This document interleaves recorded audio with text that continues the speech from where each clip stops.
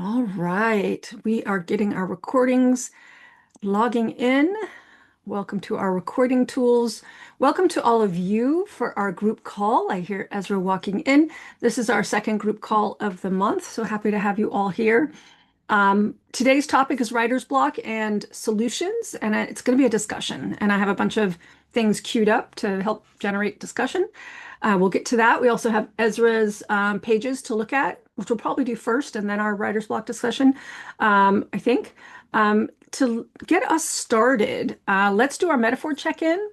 And what I'd love to know also, I was trying to come up with a prompt a fun prompt, and I went to my Cthulhu deck on my phone and I just randomly picked something, and what showed up was the card called Shaman. And so it made me think about, how do I put that in? So I thought, well, what if I ask you all kind of a strange question, which is, have you ever had an out-of-body experience? That's where my free association brought me. So, your metaphor check-in, and have you ever had an out-of-body experience? And basically, was it interesting? Was it scary? You don't have to share the experience if you don't want to. I'm just curious because I thought, oh, this is a random new question. Uh, Hugh, can I put you on the spot? Awesome, thank you. I'll pin. Yeah, that's fine. Yeah. Yeah, so my metaphor check-in has to do with kind of digging deep inside and writing all the tough stuff emotionally that I want to write about, and getting it out on the page, even if it's painful, and like digging in and finding those things that I feel like will make my stories more effective. And so for me, the metaphor check-in is walking over hot coals. You're getting from here to there and it hurts. But there are people who walk over hot coals and they get to the other side and they are unhurt. Mm. And for whatever reason, in physics or faith or whatever, that people are unhurt. It means that I can traverse this path Mm.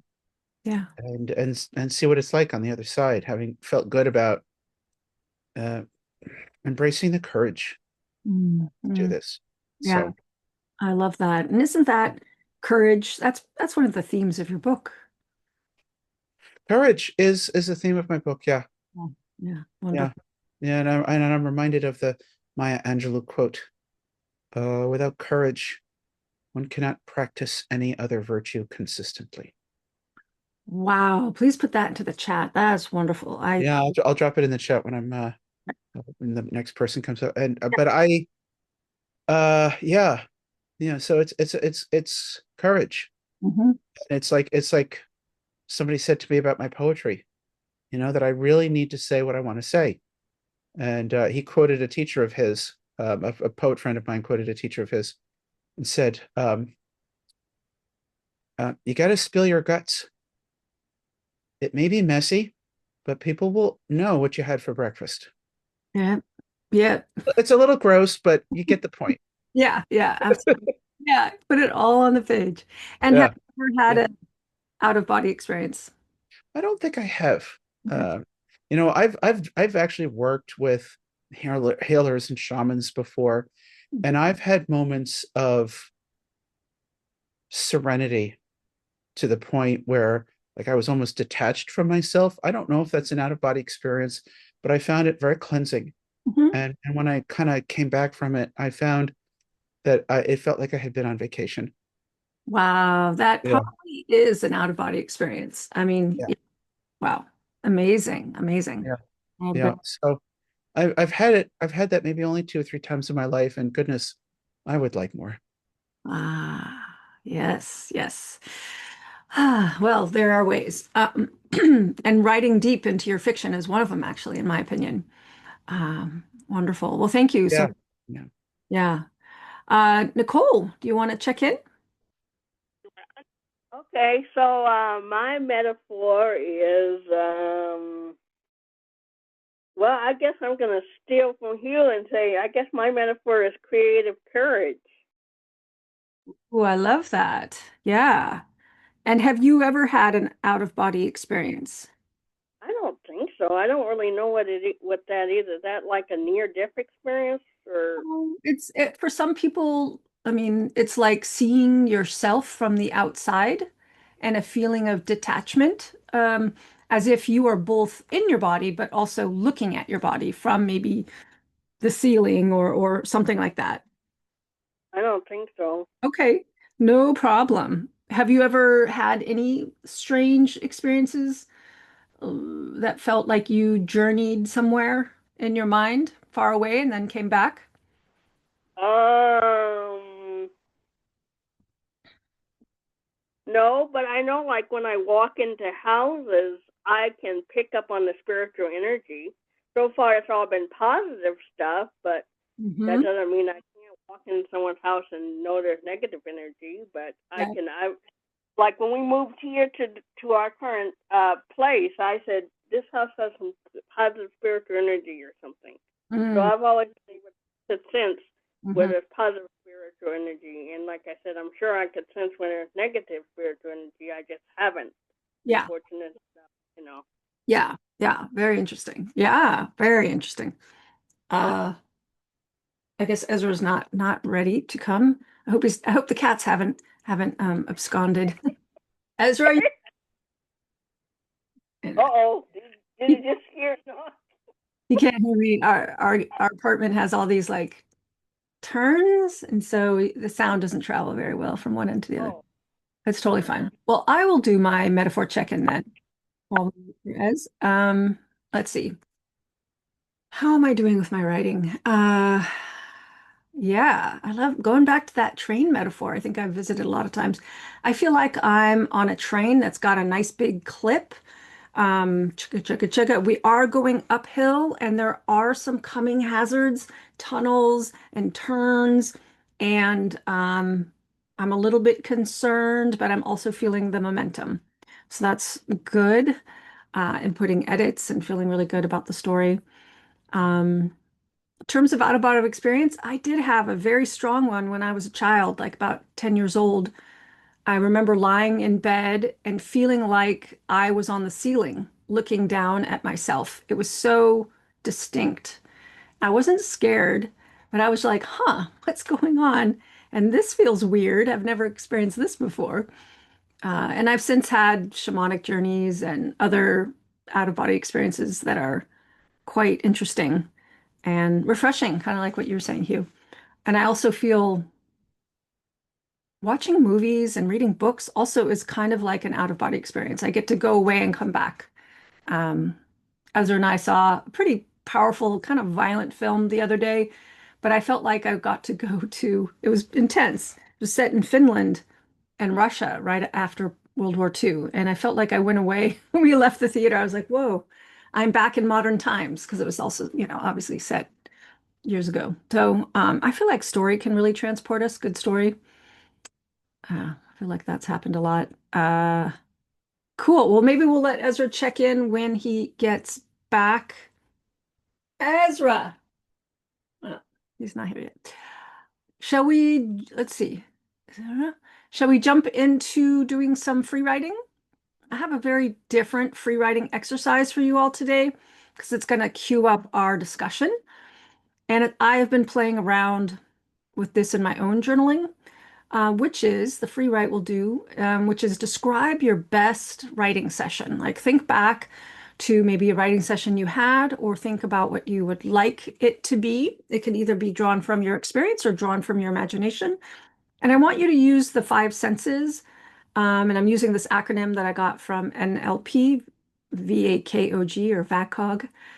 Describe what it looks like to you. So, from your internal perspective, looking out around you, like what's around you. Auditory, what does it sound like to you? What sounds are around you? Or it could be quiet, in which case describe that. Kinesthetic, how does it feel both emotionally and physically? O stands for olfactory, which is smell. What does it smell like to you? Are there some familiar smells? If you keyed into that. And if you're eating something or drinking something, what does it taste? G stands for gustatory. Taste, what does your beverage or snack taste like if you are eating anything? And of course, olfactory smell can be wrapped up in there. And if there's anything else that occurs to you about your best writing session, in fact, you can include things like self-talk, what you're thinking. Um, you can, I didn't include in there what you're doing, like what's the kind of story that you're working on. Anything at all that occurs to you about your best writing session. And I'm not talking about perfect, I'm just talking about best. Like for you, it would be just lovely, ideal, and just be the best. So be sure to include this setting and all of that. All right. Any questions about this writing prompt? Nope. All right. I'm going to give you all 6 minutes. Let's do a little bit longer today since it's a little unusual. I'm opening up my writing tool. There we go. All right. I'll see you all in 6 minutes. And Nicole, I think this would be a good exercise for you too. So, all right. See you shortly.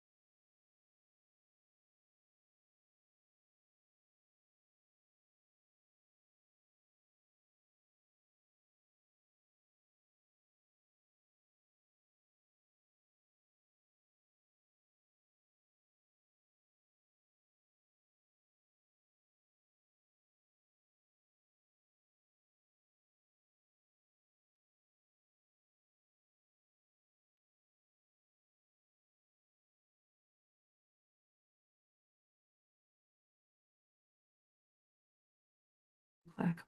Lickety clack. Okay. Okay. Ezra has arrived. Let's wrap that up. Good morning. Good evening. Mhm. Good night. You're Good supposed to night. say. Let's check in with Nicole. Nicole, did you play with this exercise? Yeah, I'm still working on it. Oh, good. Great. You're welcome to share it with me after the call if you want, or if there's a way to put it into the chat, you're welcome to do that. Yeah, I can't do that because I'm on the landline, so I would have had to log in on the computer in order to do that. Okay, But well, yeah, email it to me and I could include it in the replay information. okay, sounds good. Yeah, because I include the chat text now in the replay. That's great. Cool. Okay. Thank you. Ezra's here. Do you want to read this thing and then my Yes. thing, Yes. including my typo? It was a cloudy, gray day, which I can find restful and calming. Definitely useful for freeing creative emotions. My mind was free of clutter. I only heard my characters and their words. I only saw the setting, the strange world I was putting together and all of its sensory details. I was not even conscious of my own body. I was enveloped in the Scrivener interface, it being my foundation, my skeleton. I don't remember any smells or tastes from that moment, but I do remember that I was so immersed in the writing that nothing else around me mattered or registered. Before I knew it, 2 hours had gone by, and I had leg cramps and I was hungry. I had been lost in the text in a flow state. Oh, that's great. Wow, so hypnotic, Hugh. Yeah. Love it. Yeah, I haven't had something like that in quite a while. Mm. Mm, mm. Yeah, want to remind him? Busy cafe humming and buzzing, music in my ears, feels good.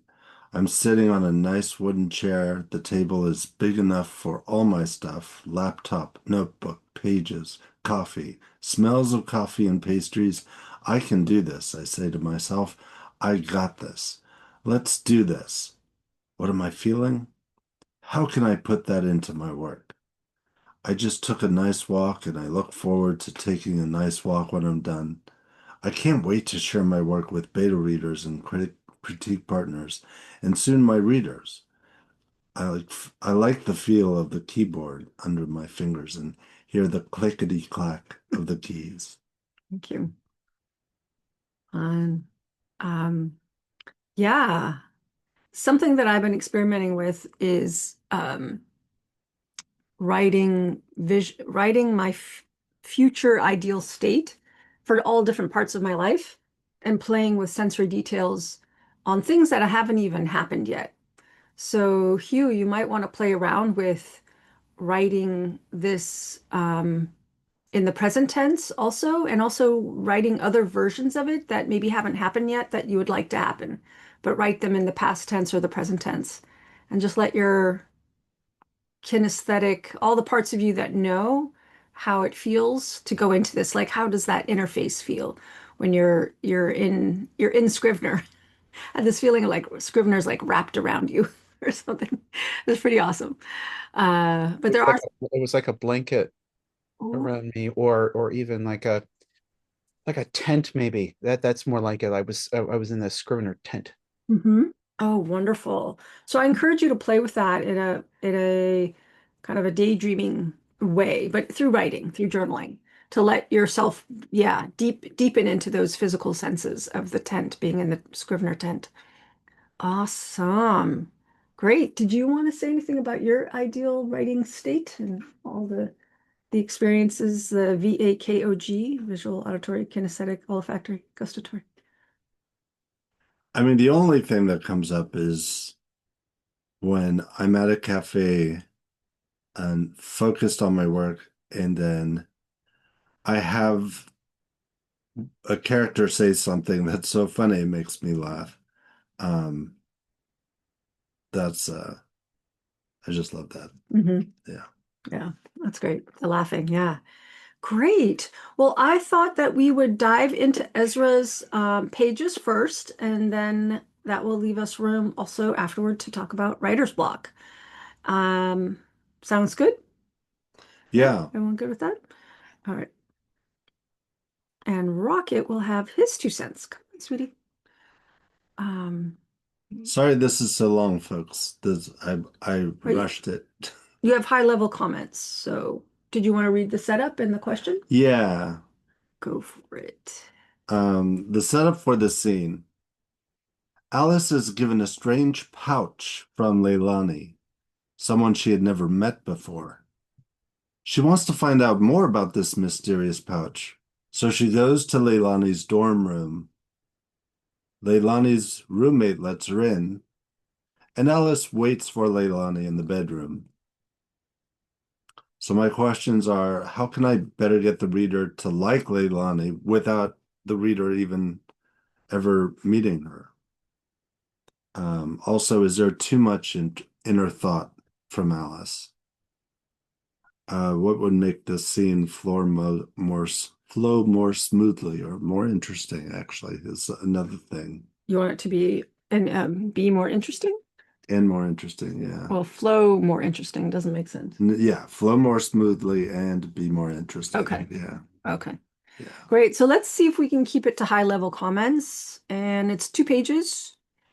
Yeah, you want to read it? Yeah. She sat on Leilani's bed and waited. There were pictures on the wall.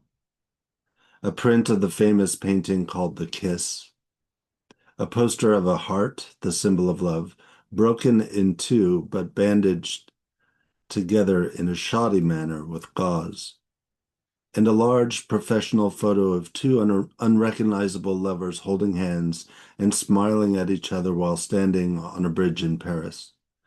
The photo was in black and white, as if it were a fond memory. Leilani had good taste. After several minutes had passed, Alice stepped to Leilani's dresser. On the countertop, there was a handcrafted bowl painted in an adorable sloppy spread of colors. On the side, it said in a child's handwriting, "I love you, sis." Alice's heart warmed. Did Leilani's younger sibling make this bowl for her? In the bowl were handmade cards, construction paper cut out into hearts, and a crayon-colored turkey made from a silhouette of a child's hand. Beside the bowl lay a jewelry box. Does she look inside? Alice sat back on the bed. It didn't seem right to explore someone else's jewelry without them around.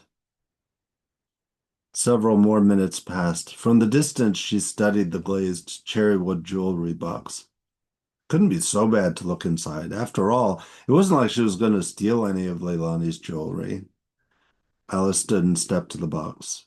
The lid on two hinges opened to an interior of red cloth lining. But there was no jewelry inside, only letters. On the top envelope, written on the outside in young writing, "Happy birthday, sis. This money is how much I love you." Money? Alice peeked inside the envelope. A single handmade paper bill. She removed the crafted item. It was a rectangle piece of paper covered in green crayon. In each corner was a sideways 8, the infinity sign, and in the center was something that resembled a girl's face with the caption, "Me," underneath. She smiled and her heart warmed. She put the handmade bill back in its envelope and couldn't resist leafing through the other envelopes. They had Leilani's younger sister's handwriting scrawled on each one. Until the last letter. This one in mature handwriting. It simply said, "To Leilani, from Hoagie." What kind of name was Hoagie? Who would name their child a sandwich? The envelope was of quality powder blue parchment with threaded edges. What did the letter say? Why did Leilani keep it among her most treasured items? And considering it was at the bottom of the pile, she either didn't look at it much, or she wanted to make sure no one else saw it. A secret buried under treasure. Lord, she wanted to read that letter. but that would be crossing the line, as if she hadn't crossed it already. Thank you. All right, let's go to the questions. How can I better get the reader to like Leilani without the reader ever meeting her?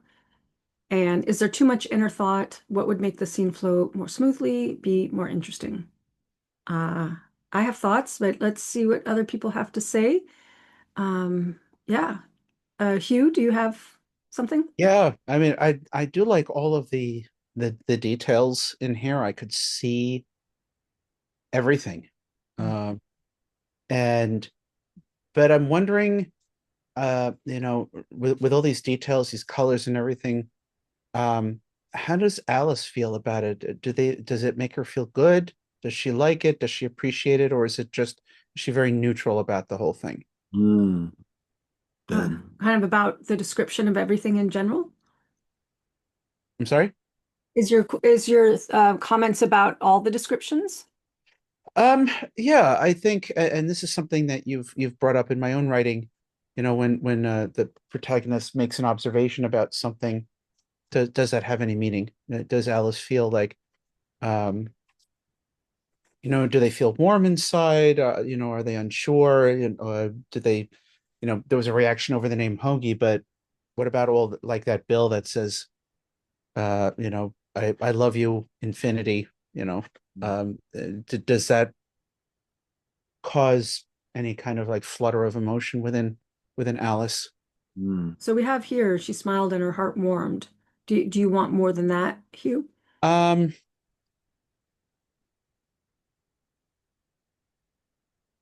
it It's okay. her heart warmed. It seems like I would need something a little bit more.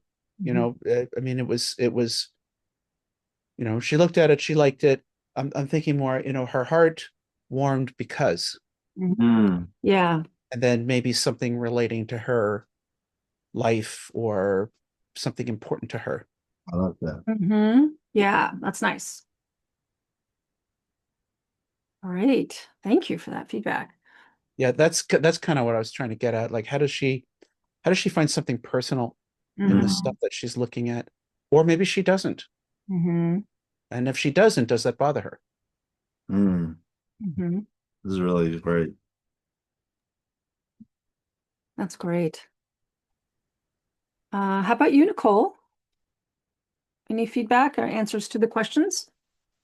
Um, not really. Were you captivated by this? I know it's a very different kind of storytelling than the kind you do, but did you find anything captivating about this? Not really.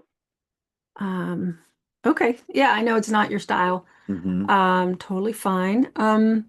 I feel like we got to know Leilani's relationship to her sister Hmm. for sure. I didn't think there was too much inner thought, but I definitely agree with Hugh that we need to get deeper into Alice and what it means to her. Hmm. I think the only thing missing for me is what is she doing there? Like a reminder of what she's doing there and why does it matter to her? Mm. Yeah. Because I was saying, well, why should we care? Well, we would care if we knew why it mattered to her. Um, at which, yeah, why we, the reader, should care. So, and then any kind of, is there a timeline? Is there any or time, what do we call it? Time lock. Time lock or urgency. I feel like it's a little meandery, but if Yep. we had some time lock or urgency or stakes, Exactly. then all of it, That all, was what I um, really wanted more of too. yeah. But I actually feel like we do get to know Leilani. Mm. And we do, I agree with Hugh, like here we have Leilani had good taste, but what would be really interesting is to know Alice's opinion on love. Mm. Like we know that Leilani is a fan of love and she's got this, it's all about love. Um, I wanted a different word here. It's not that they're unrecognizable, it's that Right. they're Two unknown. blurry Oh, they're images. blurry. Oh, Yeah, okay. that's the I didn't get that. right. That Okay. I realized that Um, when read it out and there was loud. another word that was the wrong word, but you did a great job with also indicating gently some opinions, like handcrafted bowl with an adorable sloppy spread of colors. Like adorable, right? We're kind of getting a sense that Alice is on board with all this love stuff. Hmm. And maybe just make a little bit more. Let's see. Hugh says the sentence, a print of the famous painting should maybe be two. Two sentences. Ah, two sentences. It does go on a bit. Yeah. Yes, because it's a list of three things. So yeah. So turn this into two sentences. Okay. Turn into two sentences. Yeah. Great. Right. And also, I think there's kind of a hint that maybe something bad happened to the sister with this thing, with this other um, letter. I wanted to kind of have her wonder, like, did something bad happen to Leilani's sister? Mm. But what is the consequence of that? Um, like, because Leilani missing, or she's going to come back into the story, or She the next time she shows up in this story, she's dead. She is the body that this mystery is about. okay. But this scene happens before all of that. Right. Um, yeah, and this whole thing about crossing the line, I'm like, say more about that. Like, are we talking here rules of propriety? Like, what is the voice of her mother? Oh, mom always said, or mother always said, blah, blah, blah. Don't go snooping around. That would also add Hmm. why the rules of society that she's living under. Give us some more insight into Alice. Can you add um how um if Leilani found out what she had done, uh it could threaten her pride, something like that. It could threaten whose pride? Alice's. Um, It's not quite the right words, but um, like her sense of self or sense of being a good girl or something. so yeah, something like that. The whole story is about her pride and the fluctuation of being very prideful to not prideful enough and then to a balance. And so at I this see. point, she's very prideful and that's all she cares about. Okay, yeah. Yeah, be sure definitely to re weave that in because that's your theme, right? Right. Okay, let's put here. Okay, cool. Nice job. Thanks. I when I read this, I was very disappointed with it because and it wasn't until I reread it that I thought the words are actually quite good. It's the lack of stakes. I mean, that's what stood out for me the most. Mm-hmm. That this to me it was boring. Because it didn't have stakes. Didn't Yeah. have the stakes. Yeah. And then what one of my weaknesses is character development and so what I always have to hear from Beth is, well, how does she feel about that? And so when he said that, is like, oh, yeah, he's hitting right on my weakness. Yeah. Mm. And so that will also make it much better. Yes. Great. That's great. There is no weakness, there's only opportunities for growth.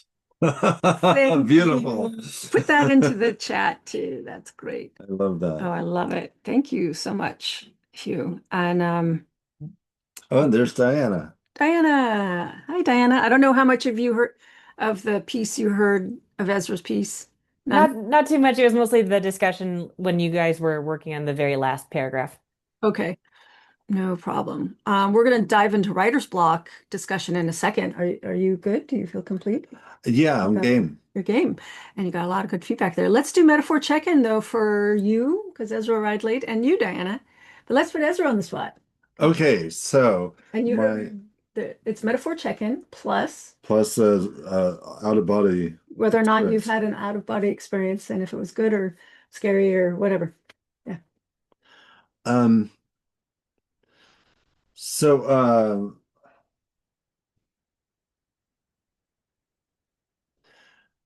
I feel like I'm uh trying to drive my car and the parking brakes are on.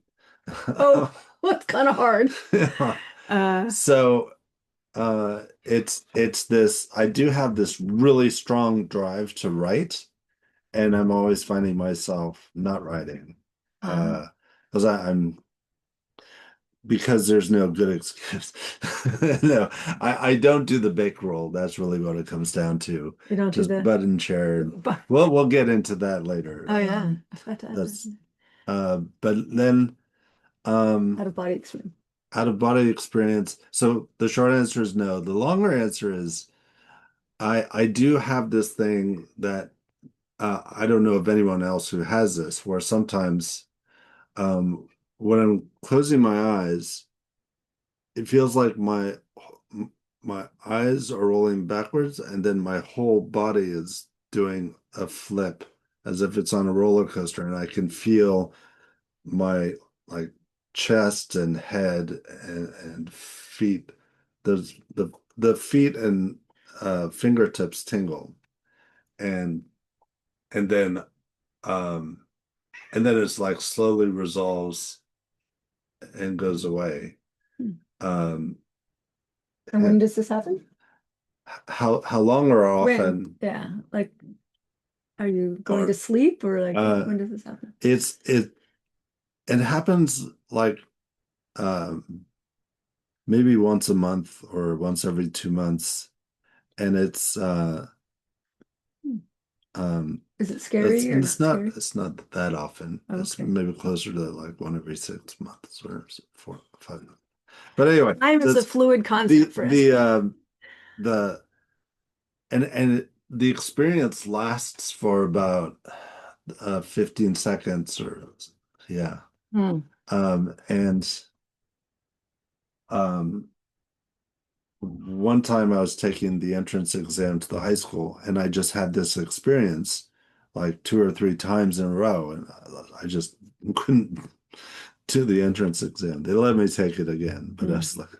Wow. I was not in a state. But anyway, Interesting. Sounds kind of like a vertigo strange yes, thing. yes, Yeah.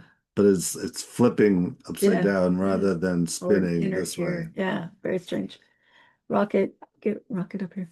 Cool. Well, thank you for sharing that. Very strange. Good. But everyone has strange experiences, in my opinion. Diana, do you want to do a metaphor check-in and if whether or not you've had an out-of-body experience? Sure. Yeah, my metaphor check-in is definitely inspired by the fact that we just got a dog. Wow.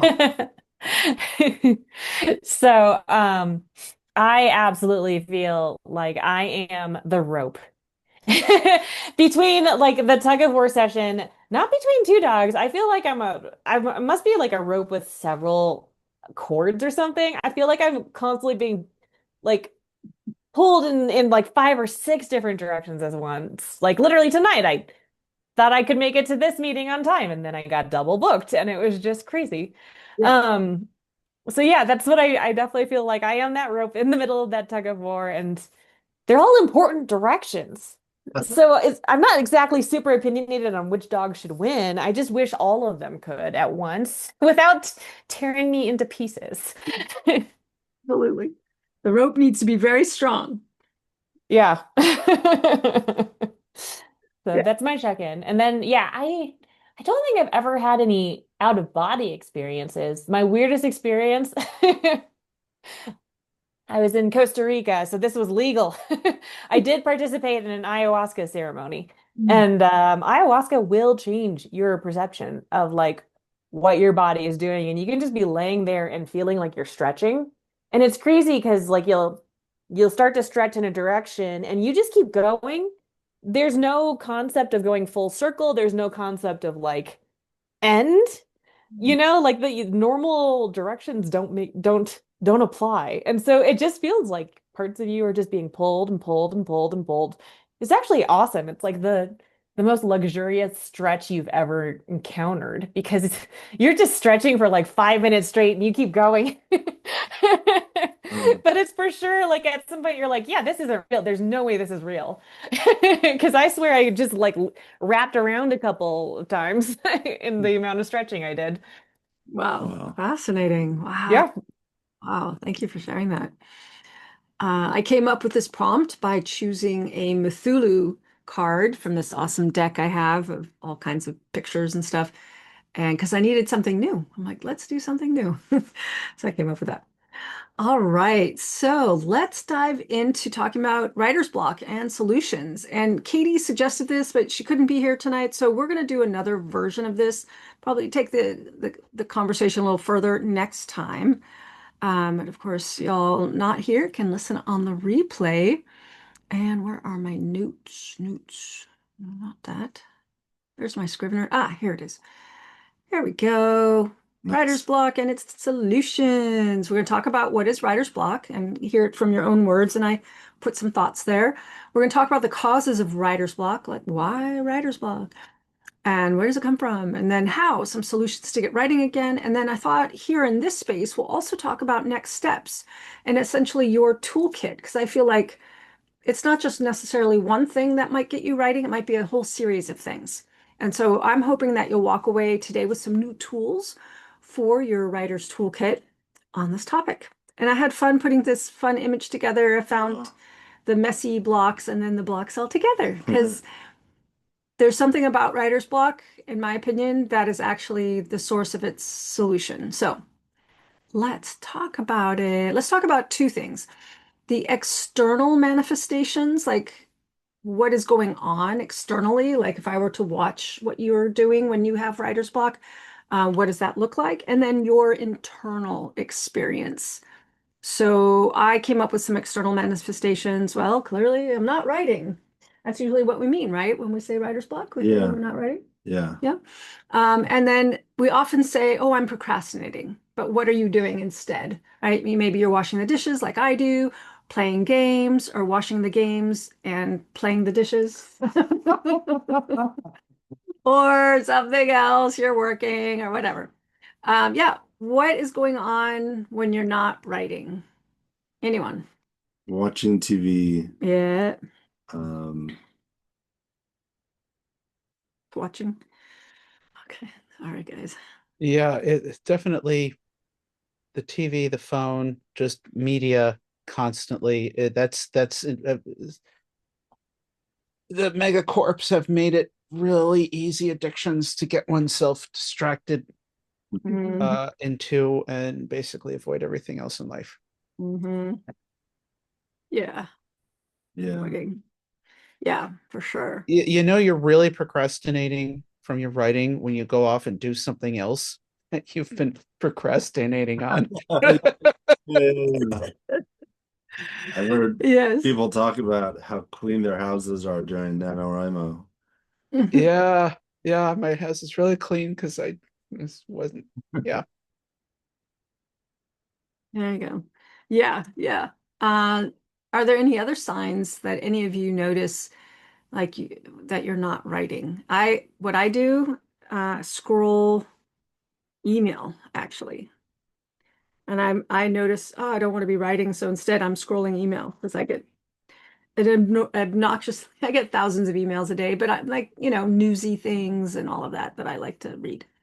So I just scan the headlines. Scanning headlines. Yeah, anything else? So this is where I feel very torn because for sure I've not been writing, but I've also like not been doing a lot of these things. Part of it is like there's way too many high priority items going on in my life. And so I can't decide, is that genuine writer's block? Because I don't even have the opportunity to tell myself, you should write now. I'm too busy, like, oops, I need to pay that bill or let that dog out, or, like, Yeah. it feels, I've had writer's block where I've sat in front of the laptop and stared at the screen. Yeah. And that feels like a real, like, Yeah. no, I'm here though, even in the right location, and it's still not happening. And that's so different from, there are also those times in my life where it's like, why did I sign up for all of these things? I can't possibly fulfill all my commitments. Yeah. So it could, it could be, it depends.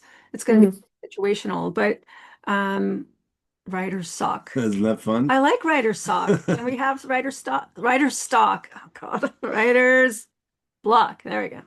Now it says writer. Writer block. But Not um sock or sock. um yeah, no, I purposely avoided mentioning like my lesson planning, my preparing for classes, because those are high priority. And they do prevent me from writing. So so I agree that that's not writer's block. That's Yeah. just high High priority. priority. I would agree. There are things that take precedence, and we're not going to knock ourselves for them, right? We have our priorities. There is a case where we overcommit and then we're wondering why we don't write. It's like we've said yes to too many things. And I've seen this happen. I mean, I've gone through it myself. I realized, oh, I had to give up certain commitments that were fun to do something else fun, which was writing. We'll talk about that. Let's talk about the internal motivations, because this is where I feel I encounter a lot of writers who are in this place. Um, and I just also realized, okay, so I've seen people who have like anguish, and it's hard to pinpoint what that anguish is about. It could be about their topic. It could be about the other things, like what will people think, what others might think. It could be a generational. Oh no, my mother will hate this, or something like that. I heard a quote today on French radio that said, "When you're an artist, you have to act like your parents are dead, like to have the freedom to say what you want to say." Mm, Guilty. Maybe some people are like, "Oh, I really should be doing something else," and so that kind of goes into the shoulds. Frozen. Sometimes we are just kind of stuck, right? We don't even know what's going on. Also, perfectionism. This stops a lot of people. Someone just wrote me, I think he's in Bangladesh, and he's like, "Oh, I got one of your free reports. I can't write the ideas that are in my head. They just don't come out right." And I'm like, "You're write a messy first draft. That's okay." You yeah. know? And he's like, "Oh, okay." I will write my first draft, even though it's messy, and I'm like, "Well, yeah, perfectionism." Yeah. But also self-talk, like we tell ourselves, "Oh, I'll never get this done," like, or "I'll never amount to anything," or my big thing, like, "This is too big." I see this in writers all the time.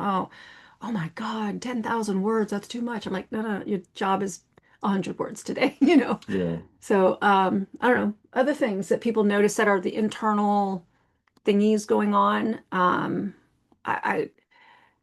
Yeah, Ezra. I want to reiterate and well, I want to share that how I can relate to Hugh, this desire to really express uncomfortable things, the challenging things, which you said before with So, like politics, religion, and that's really what my current nonfiction book contains, specifically politics and religion. And it is scary, and I do feel anguish over mm, writing about it, yeah. and defending what I know the majority of my friends and relatives, not relatives, but friends, My and relatives. yeah, would disagree with, So it's and like unpopular also. unpopular, yeah, Yeah. and it's just it's heartbreaking, uh, feeling the, the censored. Thank you. Um, Mm, um, yeah, this is its own category, I think. This feeling censored or feeling like you could be censored. yeah, There's um, this feeling that you're going to be ridiculed and judged and made Mm. fun of or bullied or something. Mhm. bullied. And that's Mhm. something, what's funny is that the idea of being bullied or doxxed or whatever, it's that didn't occur to me until Beth mentioned it. Oh. Um, that was a concern. Mm-hmm. But what does this mean, Hugh, when you say I'm thinking about all the physical stuff I feel when I'm blocked or procrastinating, like how it feels in your body? Oh my gosh, for me, when I'm blocked or procrastinating or holding back, there's this heaviness in my stomach. Mm-hmm. It's like this weight Mm-hmm. that holds me down. It's almost like when I'm trying to push to do my work or do my art, like my stomach just sinks and I it seems to just it's like a black hole for all of my energy. Yeah. Yeah. And so that's generally what I when I feel. And even when I'm feeling lazy and need to fold the laundry or need to go out of the house or pick up groceries or whatever, it's that same feeling in my stomach that it reminds me of that from the War of Art, that Stephen Pressfield resistance. Oh, yeah. Mm-hmm. Yeah. Sorry, that was a lot. And I No, apologize if I interrupted you, Ezra. No, no, this is that was great. perfect. No, I this is great. was done. Yeah. Anything else? Diana, do you have an extra? I yeah, I just feel like a lot of mine it's connected to perfectionism. Mhm. Mm-hmm. And what it often will look like is I'll start writing something and already what I have there is ugly and it's dissatisfying and it's ugh, it's not good. It's not good. And like I really want to like rewrite that section before I move to the next one, but it's not turning out well, and that then me being stubborn about not moving on, I get stuck. Right, right. Yeah,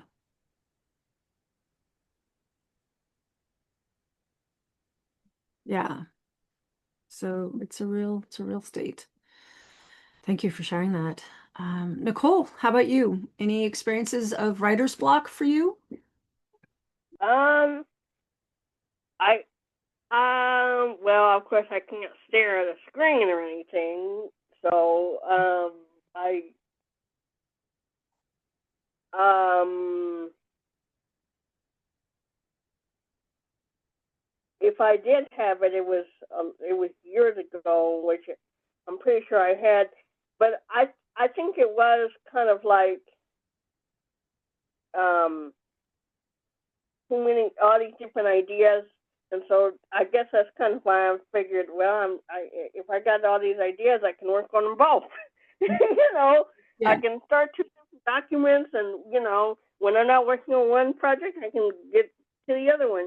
So but I do know about the perfectionism because I also have a digital marketing coach, and my perfectionism is, I think, why I haven't done anything on my podcast. And I have told Neil, I said, I feel like this podcast of mine I'm not doing anything with it. And he was like, done is better than perfect. I thought he just, came up with that on his own. And then I got a book from Audible, and didn't it say that? That's one of its chapters. that's right. It had different mantras and stuff that you're supposed to use whenever you feel the perfectionism creeping in. So there you go. Yeah, excellent. Well, thank you. Yeah, and that brings up a good point. I've had people too who say, I have so many ideas, where do I put them? And they don't really have a place for receiving their ideas. And so everything is like buzzing around. Or maybe you're pulled, like, why haven't I done anything on this other project? And that might stop you. Um, yeah, good. Um, just trying to think of some of the other comments I've gotten. Oh, I know someone who says, I don't have any ideas. That's a constant refrain that she'll go to when she gets stuck. Like she's empty, and that is there's kind of an anguish that she has around that. Mm. She's kind of stoic about it, but still she'll go there. Okay. So we talked about the experience of writer's block, and most writers I meet have an experience of writer's block. I've met a few people who are like, nope, I never have writer's block. I don't know what you're talking about. That doesn't exist. And I'm like, okay, good for you. You're awesome. All right, moving on. But most writers have writer's block. So let's go into the causes, and we've kind of touched on them. But I think the root causes of writer's block are kind of below the surface. And I don't know about you, but when I was starting out my business, people are like, what are you afraid of? Fear of failure or fear of success? Um, and I would say success, actually. I noticed like getting bigger, getting more visible as a writer was scary to me. Um, so that would stop me from taking action on my stories because I'm like, oh no, what if people actually do love it? I also was afraid of um, someone like what do you call it? Slashing my vision. Like I didn't want someone to, and I've had it a few times to go like, why don't you write like so and so, or why don't you write this story, or and that has stopped me in the past. Procrastination, just without not working and not knowing that I wasn't working until I realized I wasn't working. It's a weird state. And once I realized I was procrastinating, then I could try and find why. And also, yeah, the fear of what people will say, the feeling imposter syndrome, which can come out in a lot of different ways.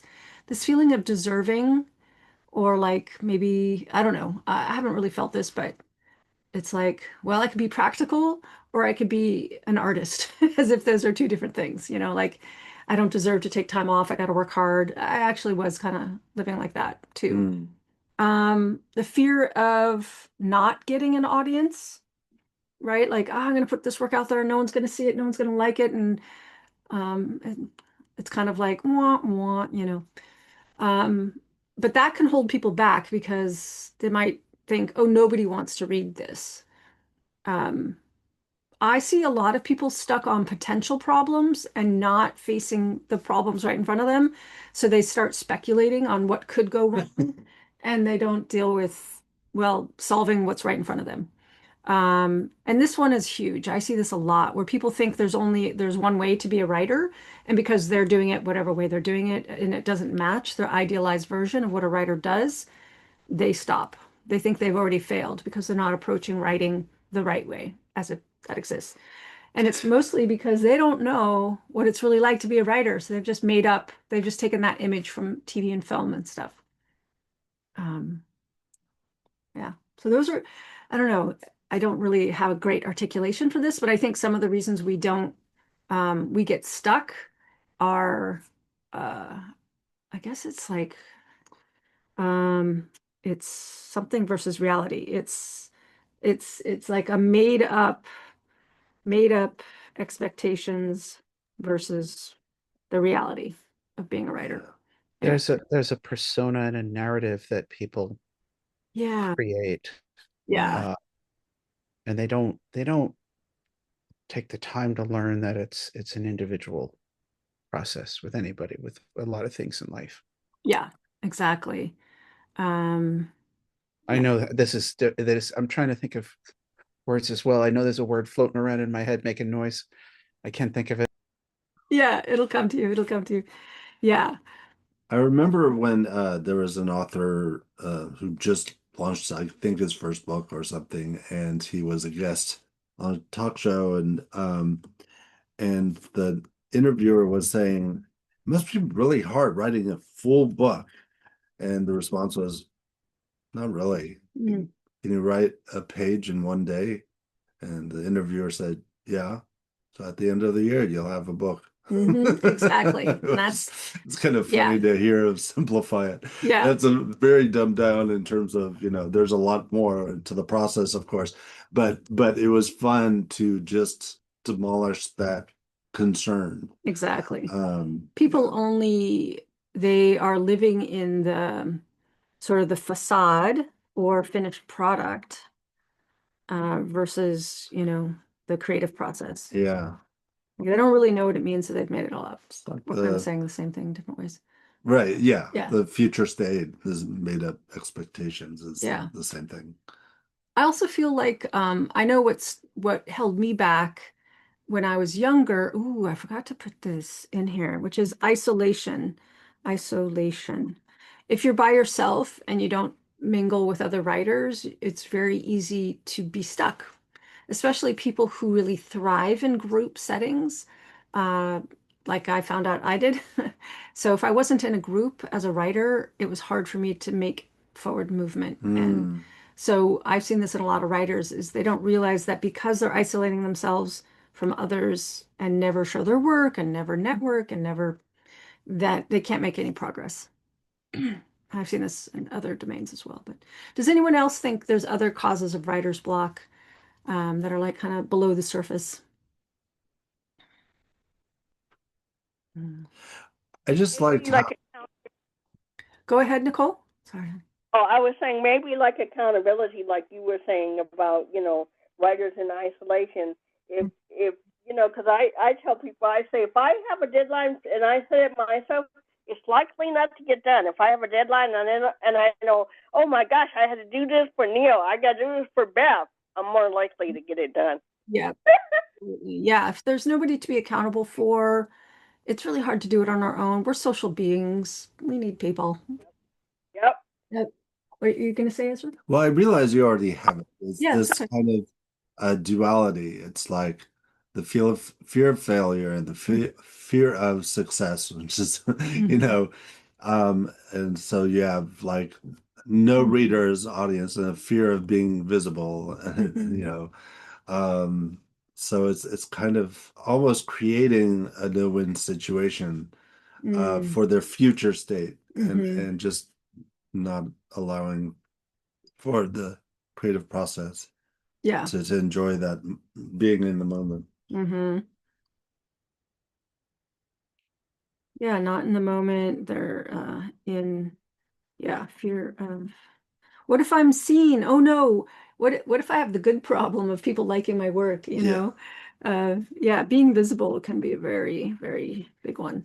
Great. I see something in the chat. Great. Idealize. Ah, this is what I'm working for. Yes, people idealize the writer, creating myth or an archetype they're trying to fit themselves into. They often glamorize what many see as the bohemian life of the writer. Yeah, absolutely.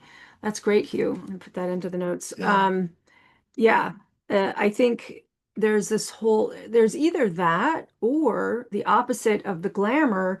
There's the starving artist Mm, motif, yeah. which is what I was kind of trying to allude to earlier with this whole deserving thing. Yeah, so we might have the starving artist or the glamour or glamour. Yeah, you said it well. Great. Anything else, Diana? Did you chime in on this one? I don't remember. No, but I mean, I feel like the made up expectations versus reality or facade or finish versus creative.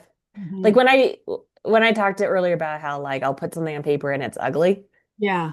That's because somewhere in my head there is a vision of the finished, beautiful Yeah. product, and all I know is that what currently have doesn't match it. So I feel like you captured it. Good. Oh, I'm so glad. I'm so glad. Well, let's segue to solutions because we all want solutions, right? Yeah. And this great quote that you mentioned, Nicole, done is better than perfect. That's great. Wow. That's a great internal stance to have. There's activities you can do. My big favorite one is free writing and timed writing. In fact, I combine the two to loosen up. Accountability buddies. We're talking about how it's really hard to do anything without an accountability group. Hmm. Um, these great quotes. Let's add these quotes in from Hugh. Just jump right to it. Don't be afraid to write crap. Beth and Ezra Barany. Awesome. Thank you so much for setting us. Your first draft of anything is shit. Thank you, Ezra. I mean, Ernest. Ernest. Sorry, Ernest Hemingway. Yeah, the Woohoo. other is The right. other Ezra. Right. Let me make this formatting look pretty. Fabulous. Yes, these are all like things that we can say to ourselves, right? I also think really making sure we know what the right environment is for us and putting ourselves there, thinking about it, testing it. Some people don't know. You test it out.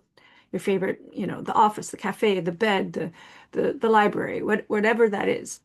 Being well rested can make a difference. I know it does for me. Music, for those who like music, figuring that out. Having a writing partner. Literally, like one of my friends and she's a client and co-teacher, she has a writing partner. She's like, I want to be a writer. I got to go find a writing partner. So she writes with someone, but it could also be a critique partner or someone who always listens, hears your first drafts, or reads them. Also, positive self-talk. So I played with that in my free write today. I'm often talking to myself things like, I can do this. I am doing this. Something I said to myself when I was 30 and working on my very first novel is I consciously committed and I said, I will do this however long it takes. Because, oh, I just realized one of the things that was holding me back as a writer was this is going to take forever. This is going to take forever. Like I'd been only writing short form. I mean, literally like 500 words, 2000 words. The idea of a novel was like, oh my God, this will take forever. So one of my big switches internally was, I'm going to do this no matter how long it takes, because it felt like it was going to go far into the future. That's great. Also, this is what I noticed with a lot of folks I've been coaching. It's like it's going to be messy. So is that okay? Like, and that's also something I have to remind myself when I'm working on drafts, even in revisions. I'm like, this is going to be messy. Is that okay? It's okay. Reframing. A lot of like what you were saying, Diana, you think it's horrible, but what if it wasn't? What if it was actually wonderful? What if you just thought it was horrible because it didn't match your ideal, but really someone else would read it and go, oh my God, this is so good. Mm. You know, like I think of your piece today. Like, yeah, it lacked stakes, but it was still well written. Just needed a few more things. Yeah. Also, helping feedback. If you have the courage to get feedback and ask for feedback, that's really going to help you. Because you know that even though your writing is maybe not great today, it's going to get better because you're going to get feedback. Safety. This is something that it took me many years to figure out, but what signals safety to you? What makes it safe for you? Especially those of you who are working, and I face this too, like you want to do big, courageous things. You want to write about religion, you want to write politics, you want to write about sexy things, you want to be daring, you want to really put yourself on the page. Well, what is going to make it safe for you? How can you create the internal environment to make it safe and the external environment, including people? Um, Obviously, I have a lot to say here, but I want to hear what everyone has to say too. I really think too, this was happening today when I was writing, I was like, oh yeah, know your why. Like, why am I doing this? Why am I spending all this time on this book? Why am I doing this right now? Like it's 2 o'clock in the afternoon and I have all this client work. Why am I working on my book? I'm like, because this is so important to me. It's like a heartbeat. If you don't have the heartbeat, you're dead. Like my fiction writing is like my heartbeat. I need it like that essentially. And then we played a little bit in the free write today, the visual, auditory, kinesthetic, olfactory, gustatory of writing. Like what can you do to anchor your writing practice? Do a free write, a journal entry that describes your ideal writing session. And maybe it looks a few different ways. So use sensory details to anchor that for yourself. This is something that I noticed when I'm stuck. I ask myself, what am I curious about? Let me write about that. And that will often guide me, especially in the planning process, but also in the revision process when I get stuck. Another thing that I do is when I notice the word should popping into my vocabulary, I ask myself, well, why? Why should I do that? What if it wasn't that way? Where does the should come from? Who's talking? Who said that? Mm. Who said that? Um, is it true? So these are just some of the tools that I've developed over the years and teach. What else? What are some other things that maybe you do that help you get back to your writing? Ezra, go. BIC. Yes, BIC, button chair. You say to yourself what? I'll just write 3 sentences. And 20 minutes later he gets up and he's like, well, that was more like 3 pages. Yeah. Yeah. And he'll say that too. I mean, there's an accountability piece here too, because you'll tell me. Yeah. He announces it to me. Yeah. Yeah. So that helps with accountability. Yeah. What else? Anybody else have things they do? Um, Yeah, when I wrote the novel in the first place, yeah. I had to, my approach connects with actually a lot of what you had there, but I definitely discovered I needed the accountability and the other people to be inspirational. And then I benefited from creating such a strong routine that like the environment was triggering, the smells were trigger like so basically what happened was I started a Right Now group that would meet every weekend in Panera. And so, like, the accountability was I led the group. I could never skip it, right? Ever. Yeah, and there were times when I would sit and stare at the screen, but what I discovered was that like the more I wrote in that one spot at that one time, the easier it was to get started over and over. And by the end of my novel, if I went to Panera for lunch, it felt wrong if I wasn't pulling my laptop out to write. Oh, Like it was a trigger for me to Panera equals writing. yeah. That's great. You Well, said something like the more I wrote, the more I wanted to write, something like that. Yeah. Mhm. Well, Panera. it was just like I needed the power of habit, right? It's I enter this particular environment, I write. Mhm. That's my habit. Yeah. Yeah. Yeah. And that's a very powerful trigger. That happened. I mean, the coffee shop down the street, Pete's Coffee, just refurbished. And the first time I went into it to work, I got writing done. So this morning I was like, I want that. I want to be in that environment and do the writing. And it's become an anchor for me. Yeah, that's great. What a great example. Go away. The more I wrote, the more I wanted to write. Yeah. And you also touch on something that I forgot to add to this master list, which is start small. Like at the beginning, maybe you're just doing a little bit of writing, but over time, it will snowball. Mm-hmm. If you're giving yourself permission to come back to it again and again. Ooh, that's another one. Yeah. For years I did it just on the weekend. And then by the end I was so excited because I was so close to being done. I was showing up before work started in the morning, I would go to Panera and then go to work. So I was doing like multiple days a week. Oh wow. Yeah, so totally snowballed for you too. That's It great. did. Yeah. And I don't know if I've told this story here. I may have. I first started writing my first novel on the weekends, and by the end, I was writing multiple writing sessions per week. I mean, it did take me 5 years, but that's okay. I had life to happen. Life happened. We got married. We moved to France. A lot of things happened in the interim, but it built. The momentum eventually built. Uh, There's momentum. there's one more thing that helped me that I can think of is a trick I read where you take a binder and you fill it with say 300 pages, blank pages, and then you put in like where Act One ends and Act Two starts and Act Three, and then when you type and it's like your book has been manifested. And so when you're typing the pages, you just replace the blank page with the page you just finished typing. And and so that really helped with my first. It was actually a musical script. Um, And that's great. I mean, you were doing a form, a new kind of writing form. You had been doing short story writing, and here you were, right, and music writing, and now here you were with something new. And so right. you created a way to make it tangible. Hmm. I would say that that tangible is really lovely. I know we're probably going to go a little bit extra today just because we started a little bit late. So I hope that's okay. Plan to go maybe 5 minutes over. That's okay with folks. Great.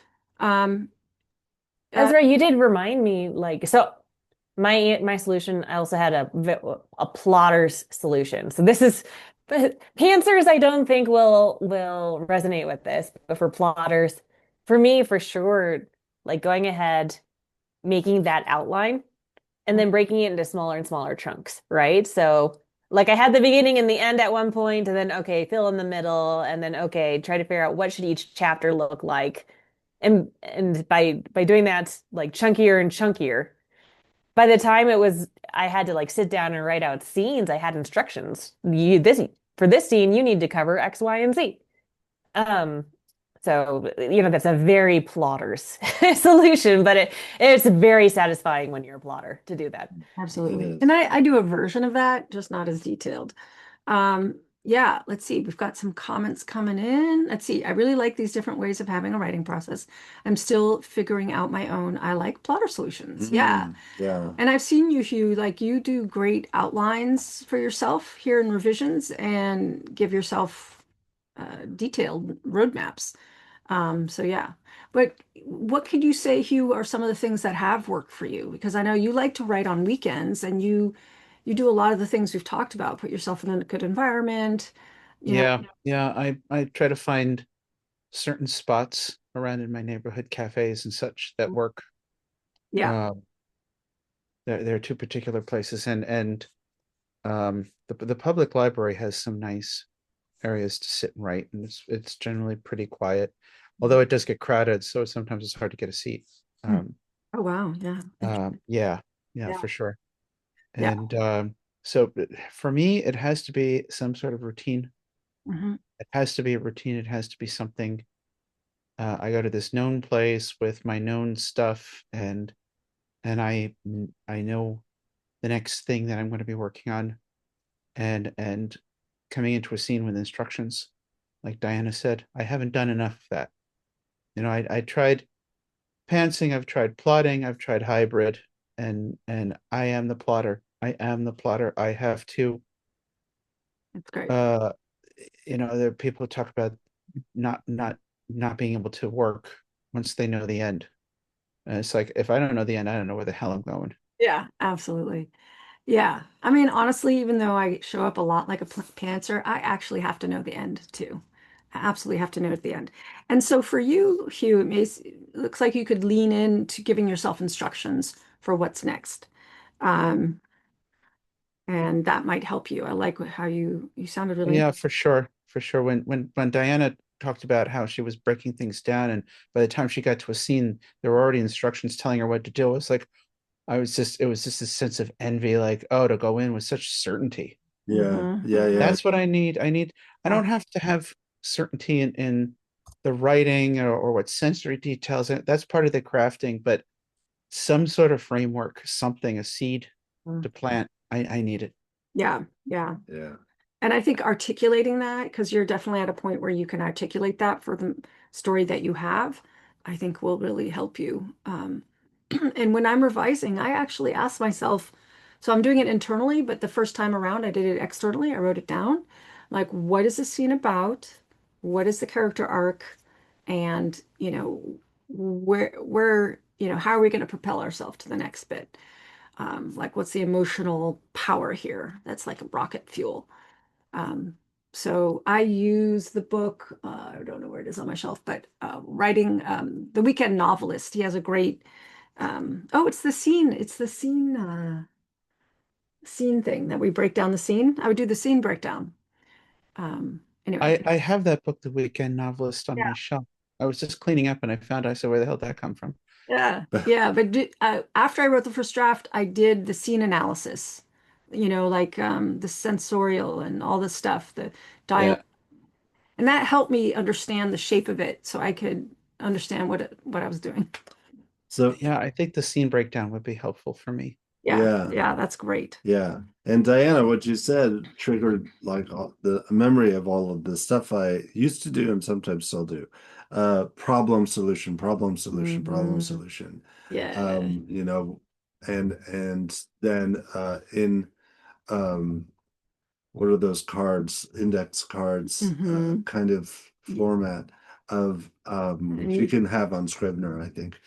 Um you do the scene breakdown. the scene breakdown of Yeah. like whose POV, what is the outcome of the scene, what's the weather, what time of day, and who are the characters involved in this scene, what is spoken and what is not spoken. Anyway, just breaking that down um, for each It's scene. in here. Oh, not that book. It's in here. It's in the Writer's Adventure Guide, the scene breakdown. Oh, yeah, Yeah. cool. Excellent. So let's wrap up. And then part of our wrap up every time we meet is the takeaways and next Yes. steps. So I just want to hear from you, and I'll put these down. Like, from today's discussion around writer's block and its solutions, what is your takeaway for today and your next step? And we'll do that now, and then I'll have just a few reminders of upcoming dates and stuff. But yeah, let's go around the room. Ezra? My takeaway, one is a reminder to myself to have stakes, and to reflect on how the character feels. Um, and and um, I think both, I think it was Hugh who said, or you quoted Maya Angelou, I think it was, about courage. Mm. Without courage, one cannot practice any other virtue consistently. Mm. Mm. And that's how I want to focus on the textbook. Okay, Um, great. That's great, honey. Thank you. Nicola, I forgot to ask you about your strategies for successfully getting to your writing. So maybe you can share that with us, and also what is your takeaway from today and your next step? Okay. Hang on a second. Oh, do we need to? Okay. Let's circle back to Nicole. Yeah, Diana or Hugh, about your takeaway or next step today? I think I've talked a lot about different things that I can do for my writing process and different strategies, patterns, and stuff. But all I ever do is talk about it. I don't actually codify it and stay consistent with it. mm. So what is your takeaway? Is that your takeaway that you That's my takeaway is I need to uh, play around with the writing process. I need to actually sit down and actually play with it and hone it until it works, okay. Mm. and then stick with it. Mm-hmm. Mm-hmm. Yeah. Consistency is key with anything. Yeah. With a diet, with exercise, with anything else, you Mm-hmm. have to keep at it. Yeah. And part of that, it feels very much that you're telling me about experimentation. That's exactly the word that popped into my head right before you said it. Experimenting with it And that's until it feels like a comfortable routine. wonderful. And that requires kind of coming to it again and again, using your consistency Yeah. Yeah, until it locks into place. And, you know, that may take some time. Who knows? It's hard to say. yeah, But, yeah. it works good. And I think, And patience. yeah, yeah. Yeah. And allow yourself to be apprenticing, in this place and come to it with a spirit of curiosity and like, oh, what about this? What about that? And be open to flex and making it work and changing things. Even when I got it quote unquote down pat, you can always tweak it. Yeah. Yeah. Yep. That's great. Great. Thank you so much. All right, Nicole, I hear you're back. Yep. What's your So, okay, so my solution is I'm a Julia Camera fan, so I guess I go and fill the creative well. yeah, that's great. And yep, my next step to work on my works in progress, because now I guess I'm working on two. Sorry, say again. What are you doing? I said I guess I'm working on two different works in progress. So anyway, but when I sing you the journal entry, you'll get what I'm anyway. So yeah, I guess that's my next steps to kind of keep plugging away and seeing where things lead. Yes, yes, I love it. Yes, Rocket. Um, how about you, Diana? Well, it's inspiring to hear Ezra talk about like the reminder to have stakes and how a character feels. I think for me, I know in the first part of my novel, it's important to capture my character's feelings, but then also like motivation was one, Beth, that you and I have talked about a lot. Yeah. Um, I feel like our next step is I need to listen to the beginning of this since I missed the part that where this came up, but it sounds inspiring. Excellent. Yeah. Yeah. Excellent. Okay, good. Good, good, good. Characters, feelings. All right. I And did yeah. wonder, like the hearing about sort of the scene breakdown, Yeah. that sounded like that could be a fun topic. If Yeah. Okay. We can totally okay. down as a topic. No, thank you for saying that. It's been a long time since we visited that Yeah. material, and I used to teach it every year, so it was like so present for me. But yeah, Uh-huh. let me write that down. Maybe not next week, but the week after, the following call in December. Let's do that. We'll do the scene break. Cool. Yeah. Excellent. And do you have some next steps for yourself? I mean, aside from like definitely listening to the beginning of this, Yeah. it's really weird. Going back to like, because I'm struggling. I don't know if I have writer's block. I have like a life overload. So where my brain actually was going to is what in the world can I actually just set aside? Um, I am in like I'm in the process of doing a massive functional medicine intervention because I don't talk about this much, but I have chronic fatigue. Um, and they keep telling me that they're going to fix me. And so there is that part of me that just wants to be like, you going to fix me? Can I have the energies now? Yeah. So Yeah. I'm hoping that that will work. I hope so too. I hope so too. I know you got that going on soon. Mm. Yeah, yeah. Well, thank you. Yeah, we need energy. We need energy to be creative, to fill the creative well, to sit down to our writing. Yeah, it's hard to work when we don't feel fully energized. Yeah. So I guess I'll share, let's see, my takeaway. My takeaway is I am often talking about writer's block still. And I don't know why I thought I would stop talking about it, but it's still a really juicy topic, especially for writers who are just getting going. And it's so great to hear everybody's struggles and solutions. And on some level, it doesn't ever go away. I still have to bring myself to the page. And uh, there's sort of, maybe there's stages. Like when you're an earlier part of your writing on your first book and stuff, there's certain things that go on. But when you're a more advanced writer, there's other things that are going on, but there's still things to get through. There's still writer's block. There's still new challenges. Um, anyway, it's just interesting to see it and to hear writers telling me their problems. People write me and they literally like tell me this is where I'm stuck. And I'm like, okay, here's one thing. And I just give them like two sentences. So it's interesting to me. This doesn't go away. And my very first book that I ever wrote for writers is Overcome Writer's Block. So and I just put it into print this year. So if you know someone who's stuck with their writing, they can look at this. Well, now I have some more material for this book, which is fun. Cool. So next time, let's see, we have our next meetings next month is December 4th and 18th. We're also going to do a Black Friday sale next week, selling ebooks, like my writer books that'll be half off, all my courses half off, fiction will be half off. And so feel free to, if you see those emails, to send them to your writer buddies, like, hey, Beth's got a sale, check it out. If you feel so moved. Um, Is are my Toriko's books we were going to do a Hanukkah sale. good? Yeah, we'll do a Hanukkah sale for Ezra Story Code books. Liz Adams will be half off. Oh, and there is going to be a Smashword sale at the end of the year. Okay. I just found out.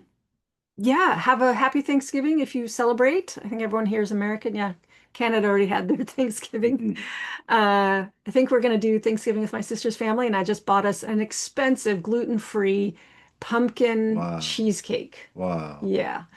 I'm like, yeah, it's amazing. Right? You had some. Yeah, It and tastes it amazing. tastes amazing. It's amazing. And pizza, we're having Yeah, pizza it's tonight. pizza. And then I got to go feed my neighbor cat, little Cece. So, yes, we're going to have pizza. I look forward to that. Yeah, me too. Oh, it's so great to see you all. And for those of you listening on the replay, it'll be great to see you again live and hope you enjoyed tonight's call. And thank you all for coming and for staying a little extra. Really appreciate it. All right. Have a great night. Good Take night. care. Good night.